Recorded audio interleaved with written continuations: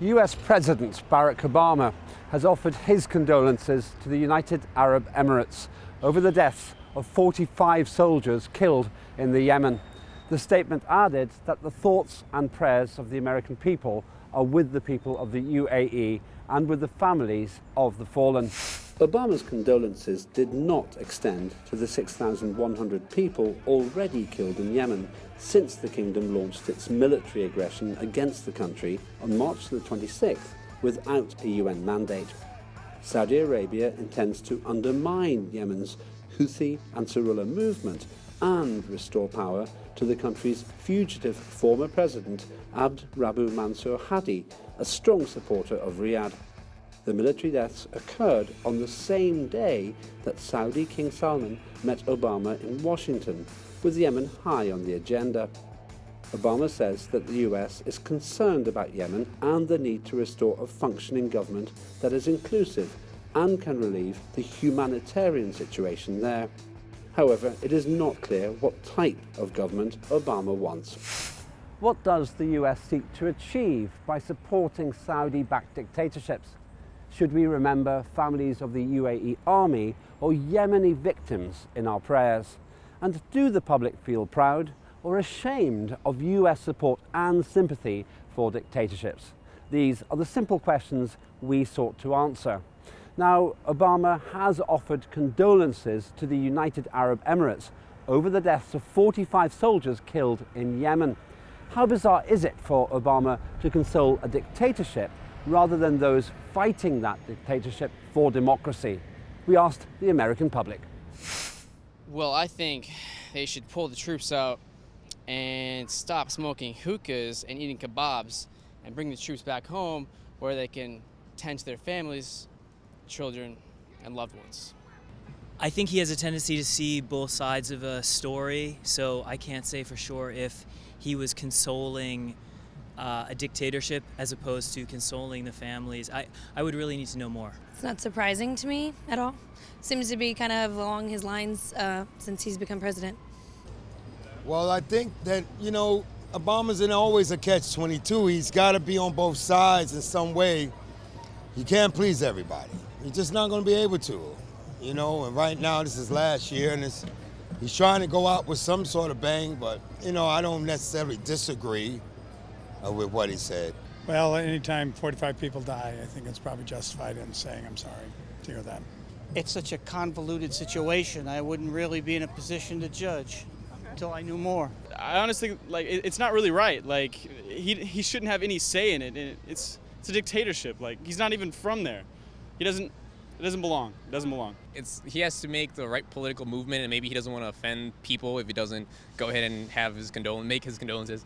But I think he's a smart man. He's a pretty brilliant guy. He's shown that throughout his 8 years. So I think it's the right move. If he thinks it's okay, I think I would agree with him.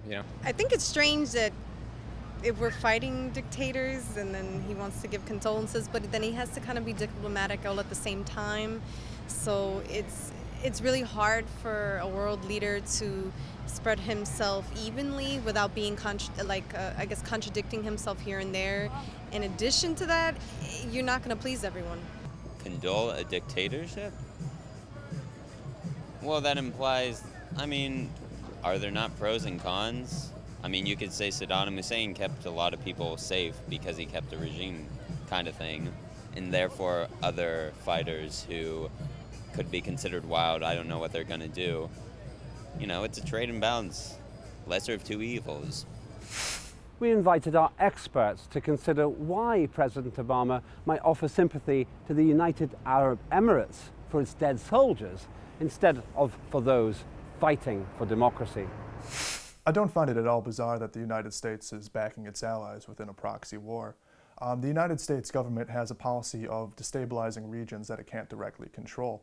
And the Houthi insurgency and resistance to the current Yemeni government is in direct opposition to American hegemony. Now, the situation in Yemen has been sparked by outrage over allegations of corruption against the government, over cuts in government subsidies to the population. And the Houthi uprising is very much a part of a popular backing and popular uprising against that government corruption.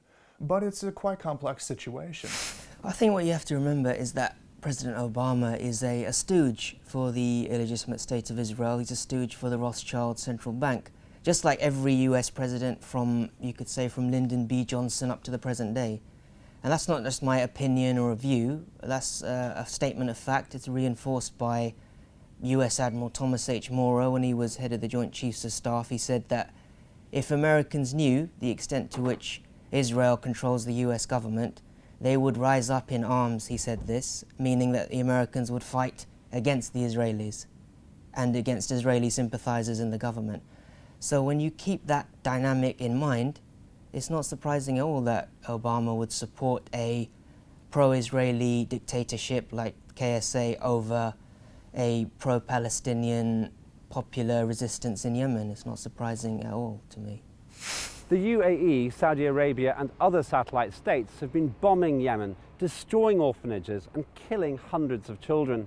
Why then is Obama consoling the aggressors rather than the families of the children who have been killed? We put that to the American public. Is Yemen, I mean, I don't know. Like, I'm not informed enough, I admit it.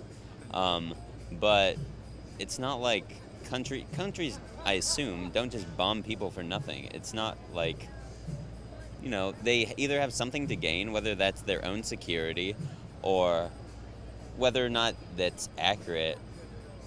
Like, they might not actually be at risk. I don't know. But I would be curious to see what their take on it is. A lot of people have called him the Antichrist, and I don't necessarily agree with everything people say about him, but I do agree that he has very evil tendencies, and a lot of the decisions that he's made have gone along with something I think that the devil would do.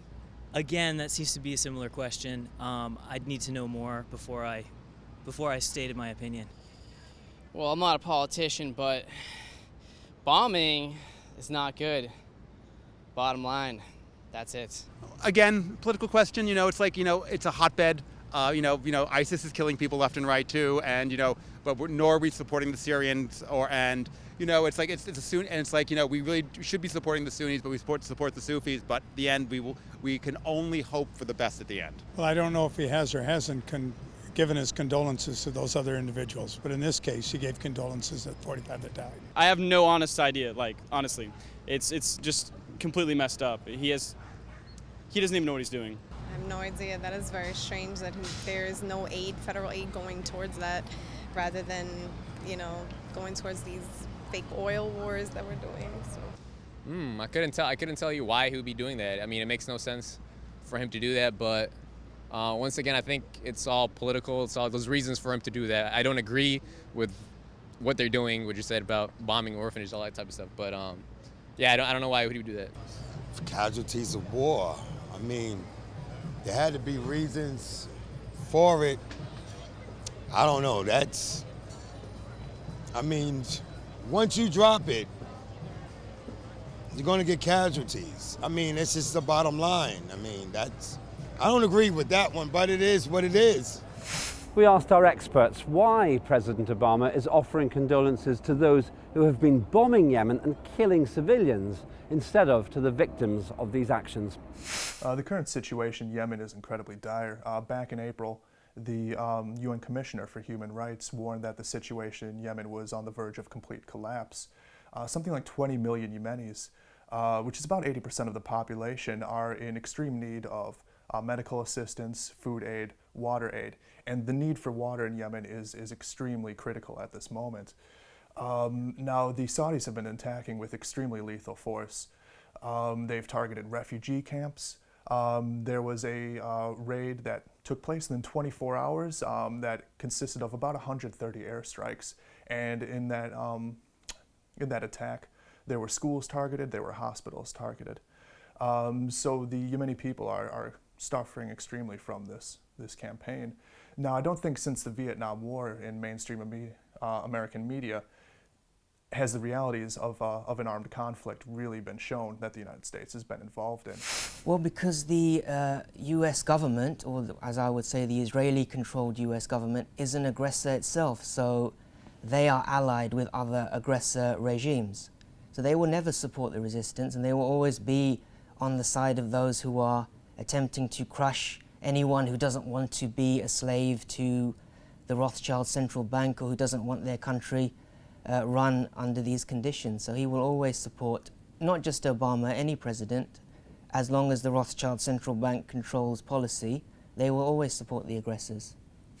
The White House says the thoughts and prayers of the American people are with the people of the UAE and the families of the fallen. Are your thoughts and prayers with the families of the UAE army or the Yemeni victims of the war? That's what we asked the American public.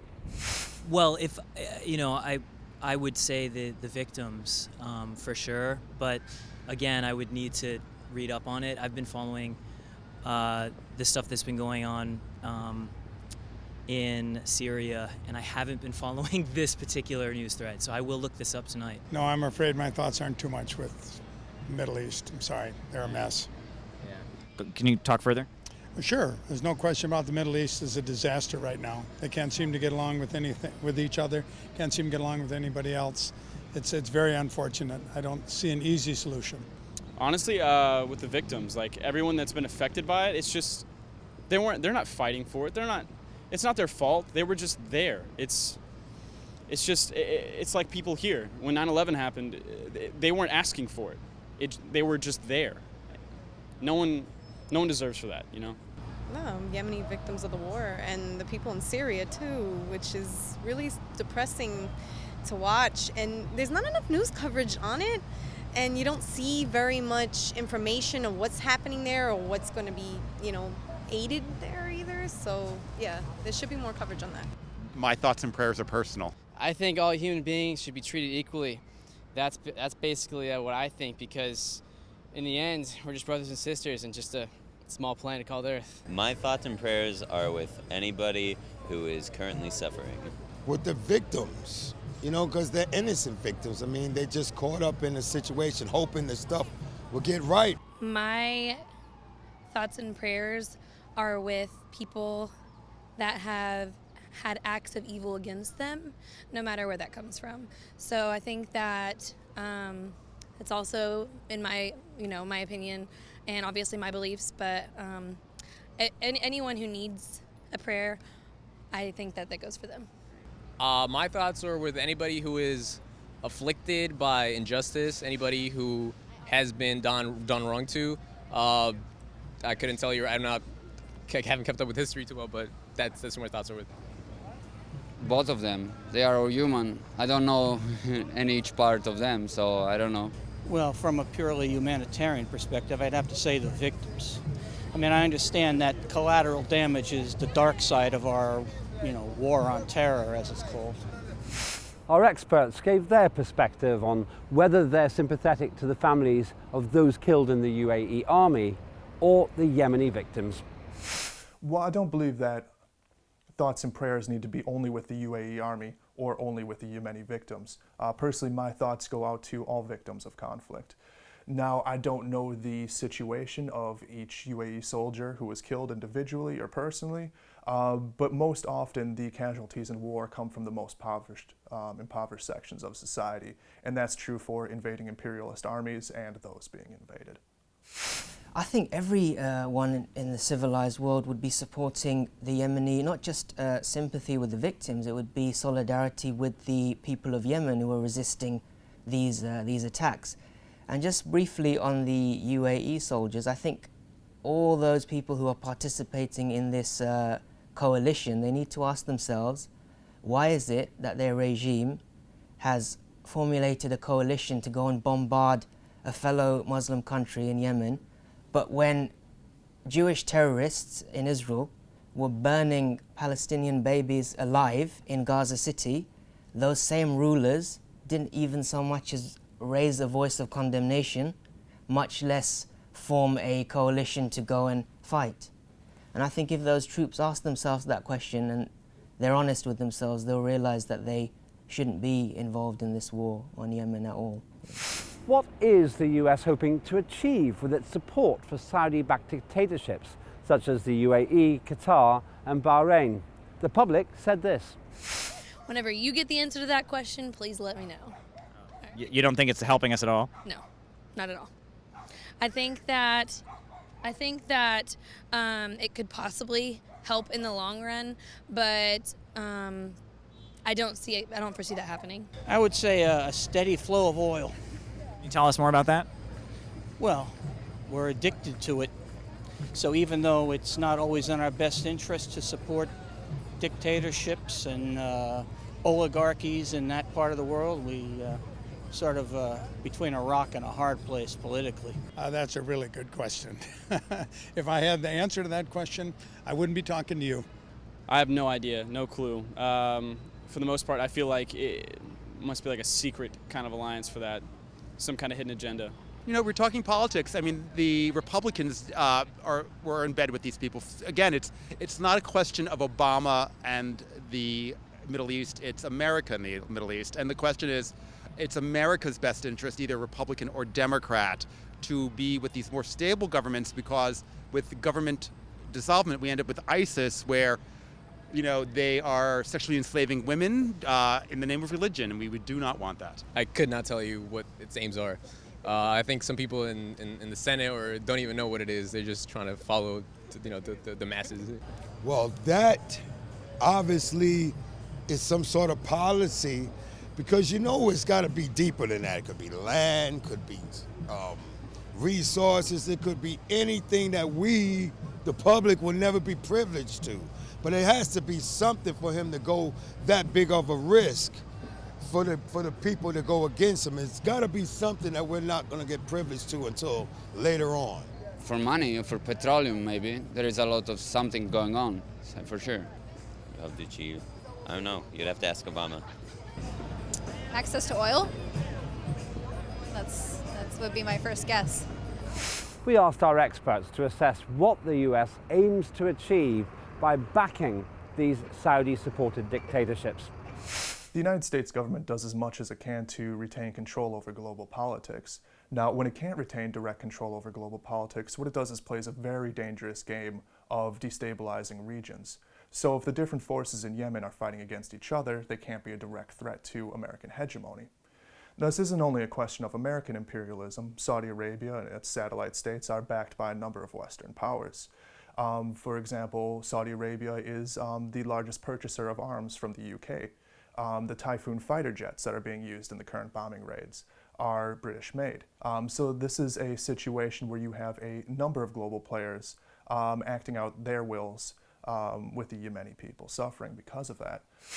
The long term, it's quite a long answer, but just to summarize, the long-term strategy over there is they are trying to essentially depopulate South Yemen to take control of the Gulf of Aden, because in the next 15, 20 years, all the theatres of operation of conflict will be in the seas. It will be like the Red Sea, Gulf of Aden, Arabian Sea, Bay of Bengal and South China Sea. Those will be the main theatres of war in the next 15, 20 years. So at the moment, they're trying to secure the Gulf of Aden and Socotra Island, which is just off the coast of Yemen.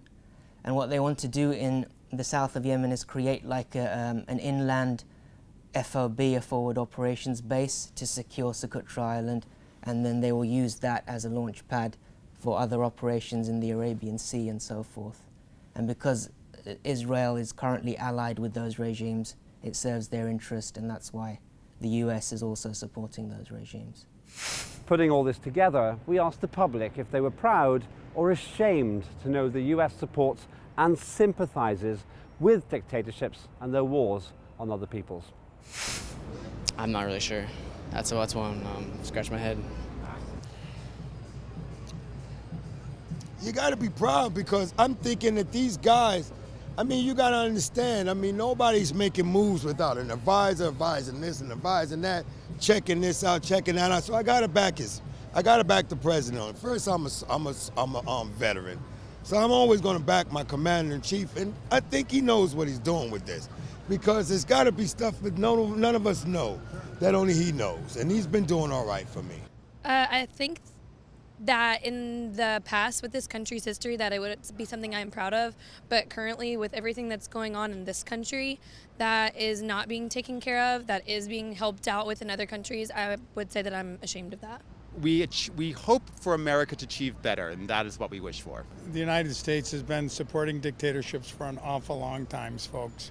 So all I can say is to sort of criticize them now, you can go ahead and criticize, but they've been doing it for a long time. By the way, they're not the only country that supported dictatorships. There are lots of other countries that have supported dictatorships too. So that doesn't make it right.